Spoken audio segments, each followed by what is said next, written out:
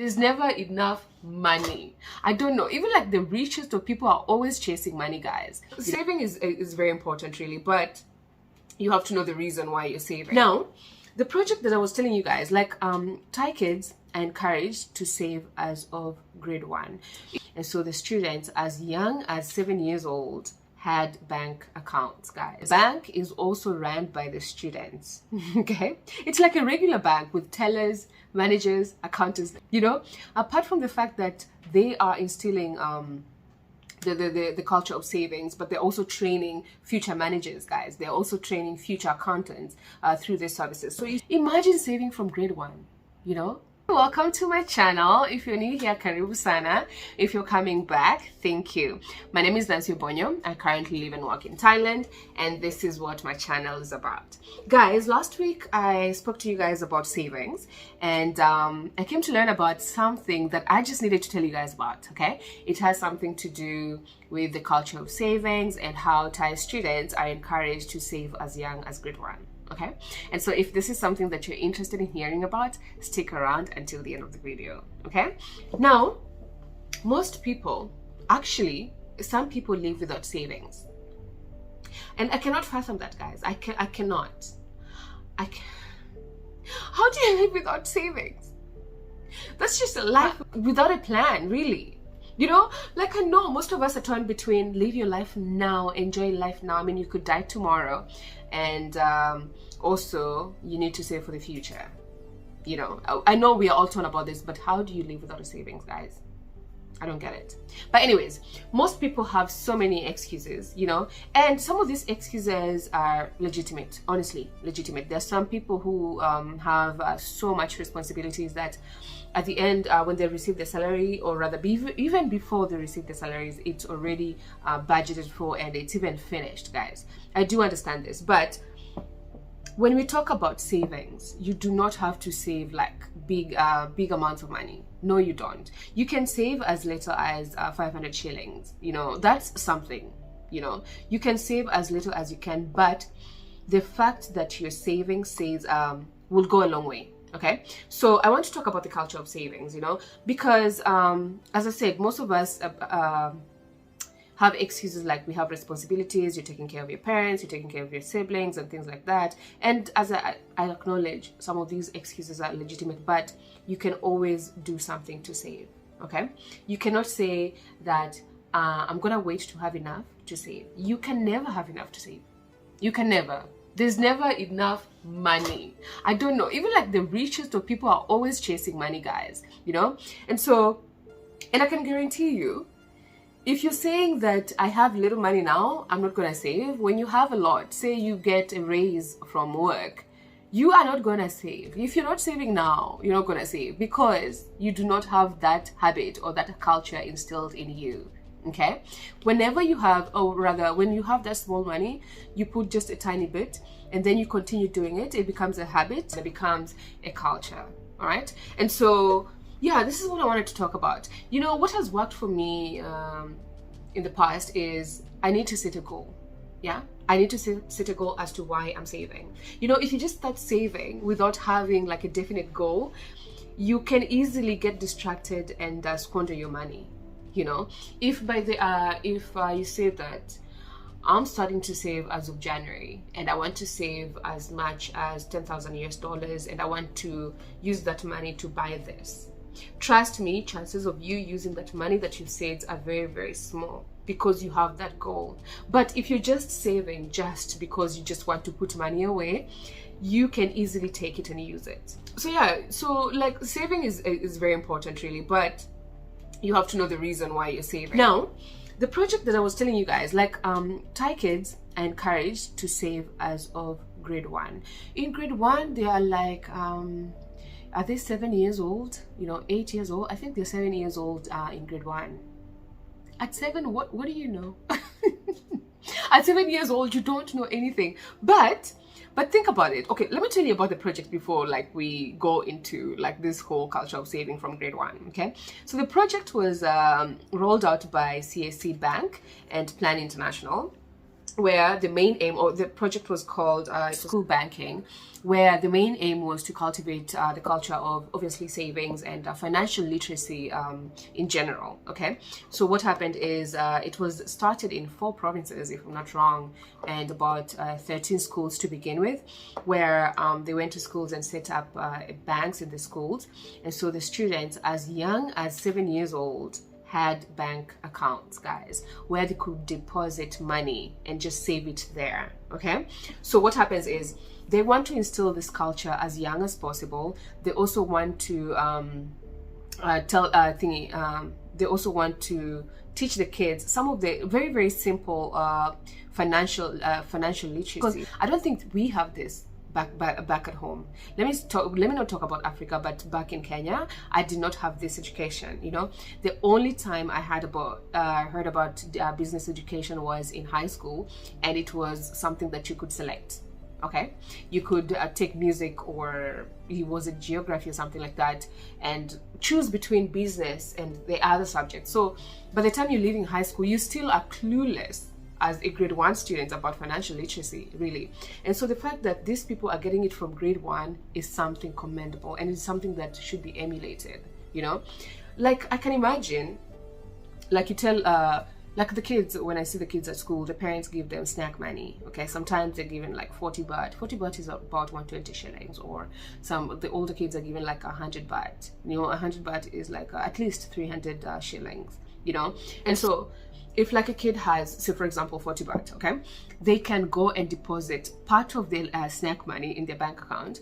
And so what happens is this bank is operated twice, okay, once in the morning and once during lunchtime, where the kids can go and queue up just like a regular bank, guys. They go queue up, fill in their deposit forms. I know some adults that are still struggling with this, guys. You know, they go fill up the deposit forms, they queue up, and then they deposit their money, guys. And then the bank is also run by the students. Okay, it's like a regular bank with tellers, managers, accountants. You know, apart from the fact that they are instilling the culture of savings, but they're also training future managers, guys. They're also training future accountants through their services. So it's something that is really impressive, and something, as I said, should be emulated. Okay, so say for example, I imagine if I was a parent, like a Thai kid parent, you know, I give my kid say 50 baht a day for snacks. Yeah, and then the kid, you know, the kids are obsessed with toys and stuff like that. So if my kid tells me I want a toy, so you tell your kid, if you want a toy, you save money in your bank, you can withdraw it and then go buy the toy. So the kid has already the kid already should know that, okay, if I want that toy, I need to know how much is it. Yeah, my mom can help me with how much I should save every day, so as I'll be able to buy this toy in say 3 weeks or something like that. You know, it's something that's really important, guys. I really, this is something that's really impressive. And the planning and the saving can advance as they grow older, you know. So in grade 1, you can say, okay, you can save for a toy. You can save and plan for a toy. If your kid wants a toy, okay, you have to save and buy the toy. And then when you go to high school, and I was reading an article by this high school kids, you know, there was this kid that had saved up to 16,000 baht by the time they were finishing their primary school, and that's about 48,000, at least 48,000 Kenyan shillings, you know. And they're told that you can use this money to help your parents towards buying necessary essentials like school uniforms or shoes or textbooks and things like that. So, you know, from primary school, you're encouraging your kid to save and buy their favorite toy. And then in high school, you're encouraging your kid to save and help finance their education, you know, buy school uniform or buy books and things like that. You know, when they get to university, you tell them, look, I'm gonna help you pay your school fees, but your upkeep is on you. So they know already what they're saving towards, you know. And this is, as much as it can, you think it might be like helping towards their parents' advantage, it's also helping the kid, because after university you're going out to adult in the real world, to adult by yourself. You know, some of us are actually drowning out here because some of these things were not instilled in us. You know, we did not get this kind of literacy when we were in school. As I said, when we were in school, business were subjects that we had to choose. It was not mandatory, you know. And so you leave high school and some of the kids still don't have bank accounts. They don't even know what saving is, you know. And then they come into university. After university, now the real world, now you have to save. You know, I feel like this is why some people don't even have savings accounts, you know. They're waiting so that they get enough, you know. Meanwhile, if you're someone that had this from a young age, it's just something that is a part of you. You just know that you have to save. If you're a kid who grew up knowing that I have to save to get a toy, I have to save to get school fees, or I have to save to get my upkeep, when you grow up, you know you have to save for the future. You have to save when you're sick. You have to save for when you get an accident. You have to save for when your parents need this. You have to save for you just have to save, man. You know. And so the culture of saving is very important, guys. And as I said this, I don't know, some parents are doing really good with this because they talk about savings with their kids. But most people that I know, most parents that I know, they do not necessarily talk to their children about saving. You know, and it's very, very unfortunate, really. And also even us, we don't necessarily talk to our friends about savings and investing and things like that. I mean, some of us do, you know, but not all my friends I talk to about investments and savings and things like that. It again goes back to that culture of saving. If this is something that was a part of us, it will be something that comes naturally in conversations and things like that. Okay, so yeah, this is all I wanted to talk about today, really. The culture of savings and how we need to do better. I'm definitely going to do better, especially if I'm with my kids. If you're someone that has had this, chances are you're going to raise your kids better. And yeah, so the other thing is we need to leave these excuses, you know. Oh, I don't have enough. Oh, I don't know what to invest. Because again, the other thing that where people hide behind is, I have this money, but I don't know where to invest, or I don't know which business to start. By all means, if you're looking for a business to start just because you have some money, don't do it. Okay, because business is already hard enough. Okay, you need to do something that you're sure about, something that you love, something that doesn't feel like a job. That's the only way you're gonna hack it. Other than that, you're gonna have a hard time.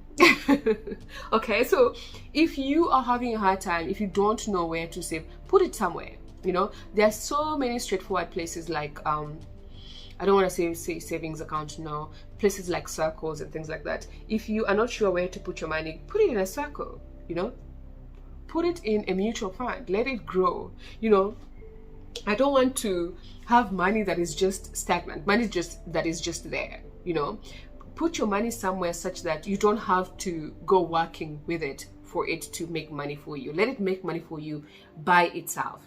Okay, and then you realize that once you start doing things like this, once you start investing, and once you start saving, you're always going to look for more information. You're always going to look for more information on how to make more money. You're always going to look for people, the right people to talk to, you know, people that will help you with the right in the right direction, guys. So just start somewhere. But I thought this was really cool, man.